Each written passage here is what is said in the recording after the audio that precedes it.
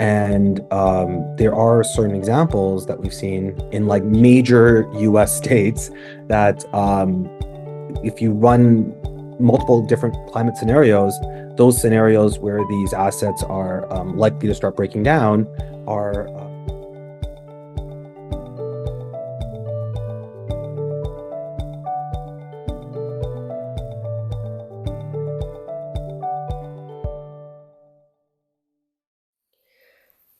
Hi everyone, welcome to the Actionable ESG Talk series brought to you by AKFI Actionable Knowledge Foundational Institute, the world's first nonprofit industry association committed to bridging the gap between ESG, sustainability, and digital transformation.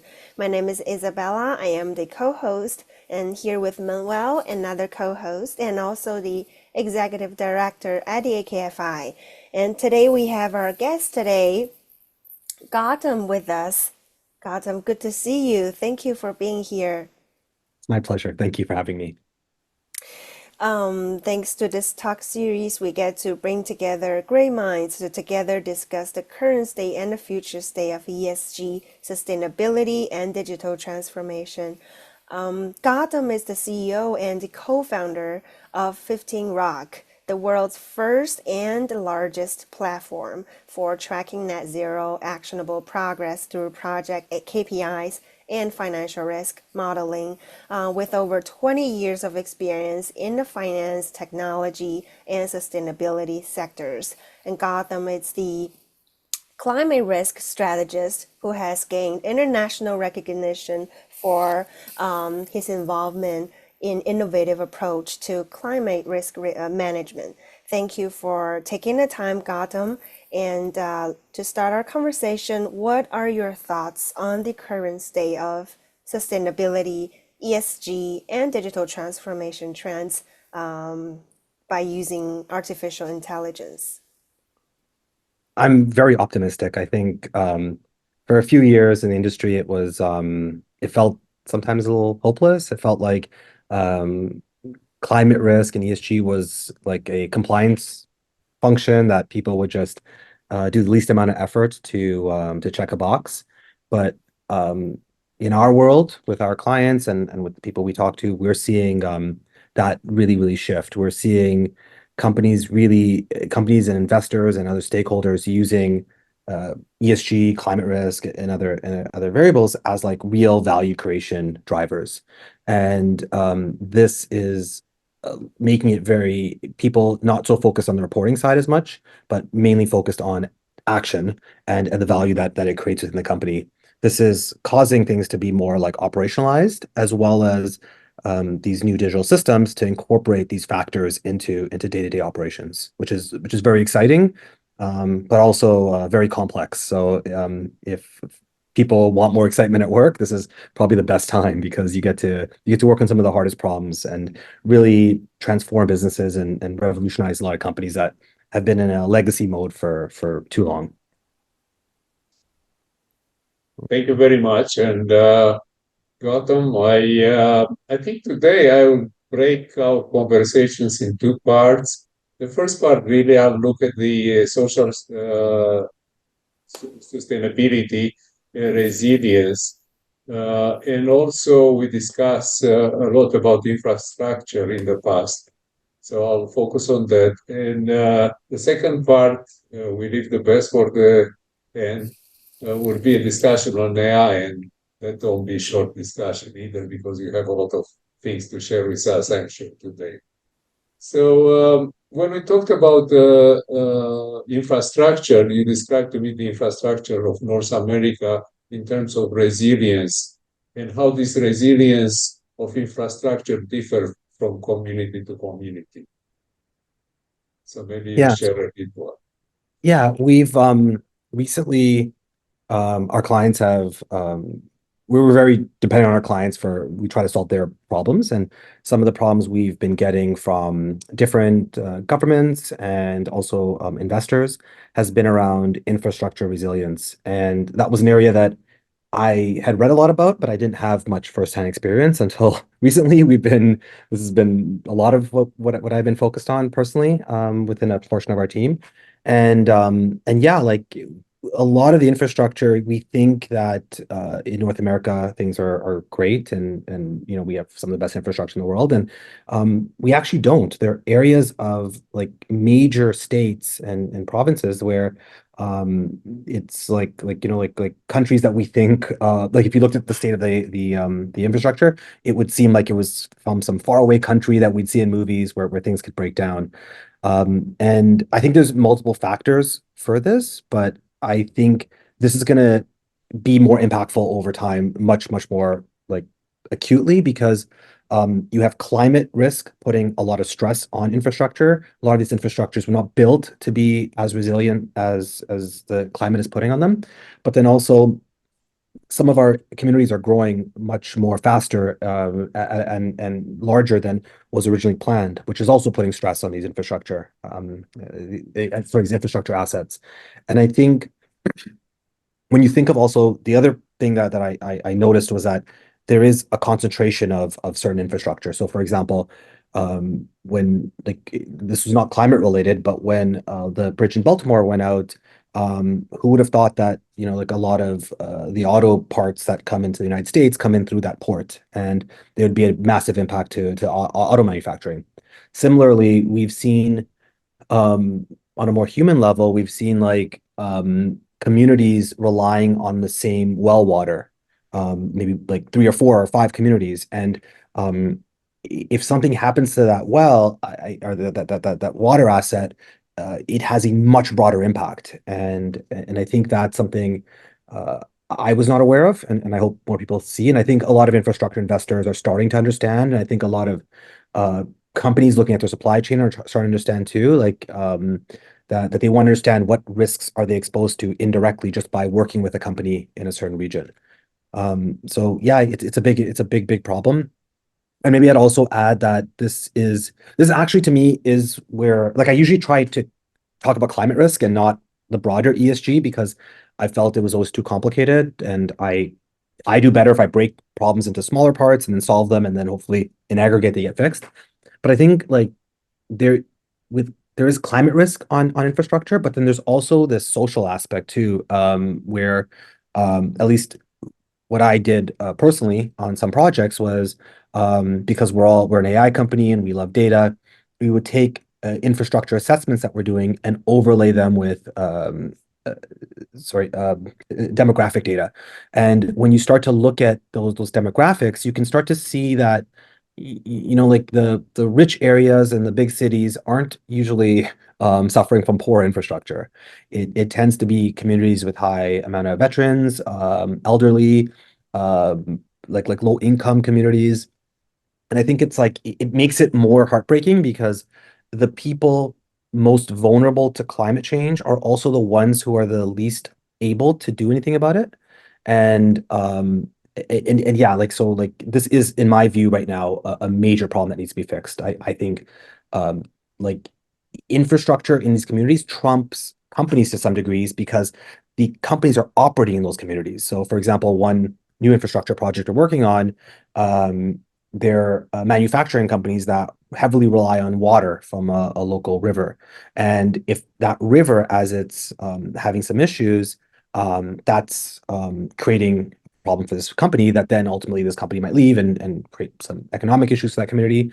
But then there's other issues where there's a power supplier in that area and they're at capacity because a lot of their power is being used to move water between these facilities. So it's very interconnected and it's very complex, and it affects people's lives. This is not like like a climate risk wipes out a hotel and then the hotel has to close down and everyone else finds a job. This is literally humans who can't find water, or they could be cut off from communities because their roads go out, and other issues. So I personally, sorry, it's a long answer, but I think it's a huge problem, and I don't think it's getting anywhere close to the amount of attention that it deserves. Thank you. Actually, we brought the fact that there is no E without S, and there is no S without E, and both of them tend into tap into the governance of the local governments. Yeah. And you brought very clearly the social aspects as underserved communities, poorer communities are the ones which are and will actually suffer more from the climate changes, regardless which extreme it goes, the climate will affect it. And you provided an example actually on supply chain dependency on a single point of failure, the bridge, right? Uh, in Baltimore, for instance. But have you come across other examples where the infrastructure is vulnerable? And again, you don't need to name names if you are under NDA with the customers. Yeah, I mean, like so there are certain like engineering standards that a lot of infrastructure has to adhere to. And for example, in bridges, there is a certain standards that they follow, and generally they're certified to some variation of weather. And there are certain examples that we've seen in like major US states that if you run multiple different climate scenarios, those scenarios where these assets are likely to start breaking down are just a few years away. They're not like, it's not like a 2080 or something. This bridge is going to go, or it's going to hit its capacity. It's earlier. And I think, yeah, there's many examples around this. Like, we are starting to we're in early stage of a water project as well, to assess the water infrastructure, and like it's across the board. And I think some communities are not like that. So some, I think, where it seems to be better is in like major cities where like I think there's a lot of heavy investment. So but even within those cities, like I think like after I think Hurricane Sandy, New York made a lot of effort for flood protection, but then there's still areas that are still vulnerable, like the low-lying and coastal areas of the city itself. So it's still it's a hard problem to solve because it's like you fix one area and then the other area is also declining at the same time, and it's very hard, and I know people are working very hard on it. Like we do get to see a lot of companies and governments who are really pushing towards this, but it's all across the board. I think there's water, bridges, even stormwater infrastructure, energy systems. There's a lot of communities where their energy systems are at capacity, and if another factory wants to open up there, it's almost impossible. And this is limiting economic growth. And when we talk to our partners in the government, even prioritizing, where to expand, it's hard. There's a lot of areas that they're seeing these problems in parallel. So it's hard. And I think that the good thing though that I think I see emerging is like I think companies are starting to get involved in saying, okay, like we will start building this infrastructure, we'll start paying for this, or we'll help this. So I am by nature an optimist, so I do think we're going to solve it, but it is a very, very big problem. You brought almost my next question because I was going to ask, as companies have to report now on materiality, even in the US, and even is because it ended up in courts right now. But Security and Exchange Commission, for instance, it's asking for materiality considerations in the reports. European communities have is requiring strict reporting of materiality. So what you brought forward is it really has a material impact on the companies. If a bridge fails and is the only, as I mentioned, single point of failure, the whole industry can be in trouble. The suppliers, the supply chains, the product cannot get out of the area. So thank you for bringing it forward because, as I was saying, there is no E without S, and there's no S without G. So we have to look into that. But thank you, and also for bringing the clarity about the examples. And again, water is let's consider in the environmental, it's mostly considered carbon footprint, although we see weather patterns that are totally unusual, right? Some places get storms and dump a lot of water, others they go dry. But as I mentioned at the beginning, I wanted to switch a little bit, and not a little bit, to applications and AIs in terms of Sorry, sustainability. can I go one point that you made earlier that I think is interesting too? Um, Please, yeah, so sorry, I interrupt. But like I'm very passionate about this. That's why I like it usually. So the problem with this is also like, so I will stop being an optimist for 2 seconds. And like if you like I tried to look at the management discussion analysis of various auto manufacturers, and no one actually listed like these supply chain points as an issue for them. So I think the problem with like people self-disclosing materiality issues is they're only going to disclose what they know, and if they're not aware of it, then that's a problem. And I genuinely believe that people are not aware of these issues right now. Like I do not like that's why like every time you read it in the media of like some physical risk event happening is kind of like not surprising anymore. I think we're used to areas getting flooded and that devastation. But then there's always some business that's like completely shocked that their entire supply chain is disrupted because of it. And they never saw it as a material until it happened.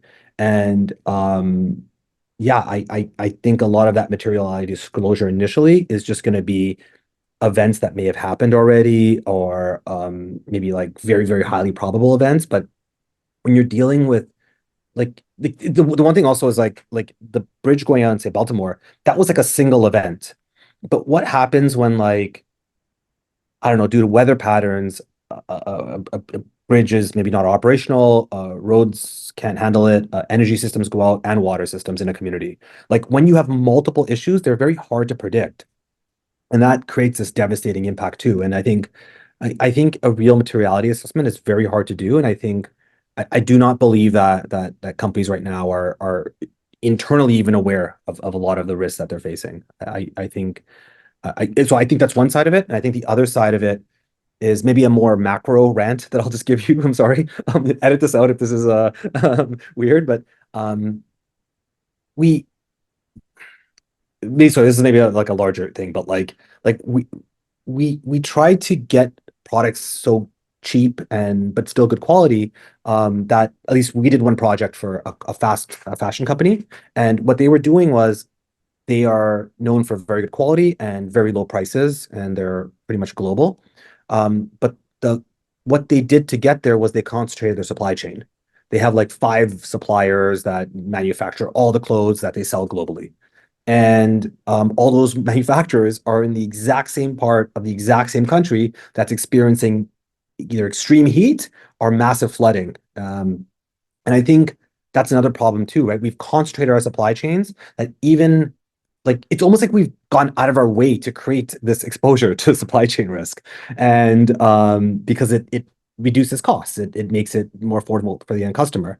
But I think people are not factoring it in that like if something happens, then this company's out of business, or they have to shut down operations for a long time. And I think that's been a very interesting problem for me to see because there's some people who recognize that, like in their operational teams, but then to you have 5 suppliers who are maybe helping you with a, I don't know, $50 billion business or something. I don't know what this company's revenue is, but it's quite large.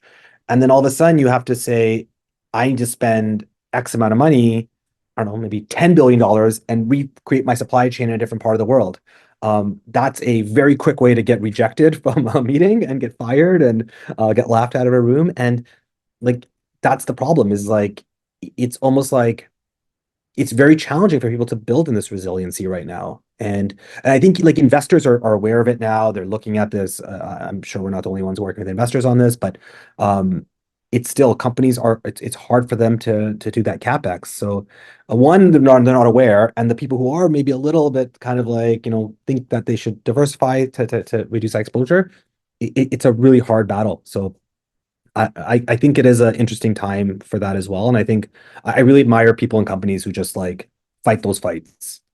It's important, and I think they're doing a great job. And one of our goals is to try to support them and do whatever we can. Sorry about that. Sorry for that derailed the No, question. no problem. And I was going to ask if Isabella has something to add at this point.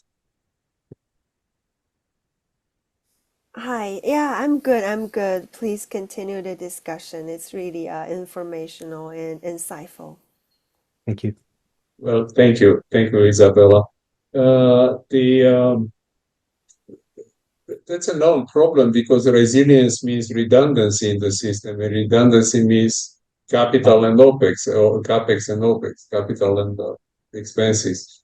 So as we streamline and we spend, I don't know, 30 years to streamline our supply chains and make them as thin as possible in terms of redundancy, now we're seeing the consequences, especially as you said, from weather.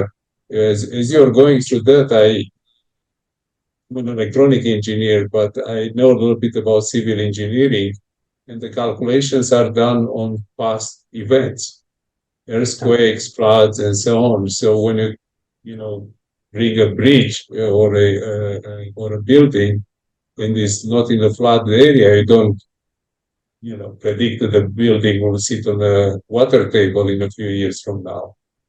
And it's, uh, it's very interesting because we as engineers we also look at the past performance and materiality. As you said, it's a little bit of predicting the future, and that's what I want to bring the second part of our conversation because I think you have something about making predictions about the future using AI and how you can bring AI into this picture to create strategies, to create better models, if you want, better predictive models. So I'll turn the question on AI. I didn't use AI to answer this, but I probably would have a better answer than I do. No, Um, no, and for the record, we're all real people, right? We are yeah, not avatars. yeah, I think so. I Okay. think so. Um, but yeah, I mean, so we're very different than other firms right now. We focused on building we believe is the first AI reasoning engine, and we started in climate, but we're seeing applications everywhere. And what we see is that like AI can help go through vast amounts of data, more than ever before, structured and unstructured data. And they have to be, I think you need both. You can't just like, just use ChatGPT and have it try to autocomplete some text for you.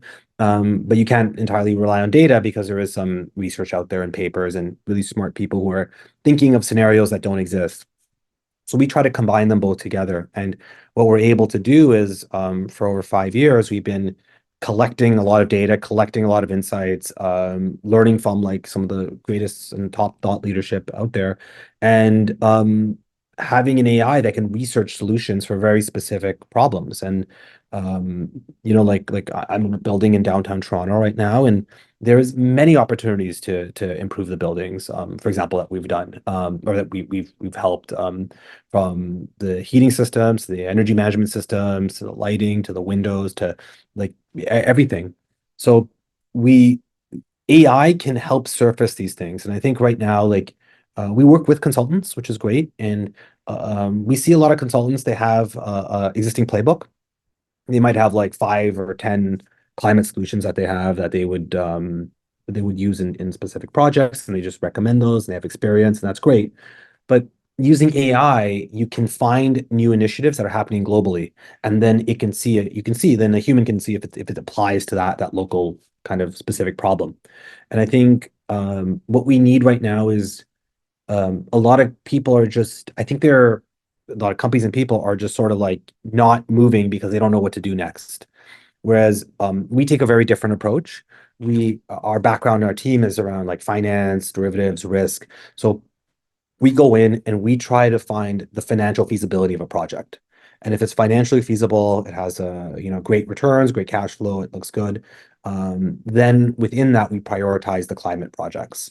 And I think what that allows people to do is it makes that decision easier for them, as opposed to saying, I'm gonna take a loss and I have nothing to show for it. Like, I mean, other than maybe climate benefit, but that's hard to justify and prove because it's like you're avoiding something. We basically can go in and say, like this is a smart project today, and it so happens it's returning great climate returns. I can't disclose the project that we're working on, but there's a project that we're engaged with that like it's entirely being driven through financial reasons. But if it succeeds, it will reduce a G8 country entire carbon emissions by 2%. That 2% is huge for this country, and it's a very major country that we all know of.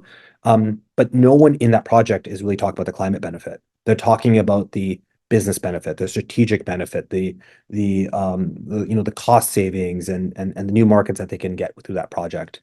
And I think that's the way AI can help. It can process data, but then it can also make it accessible in a way that's applicable to the people who are decision makers right now.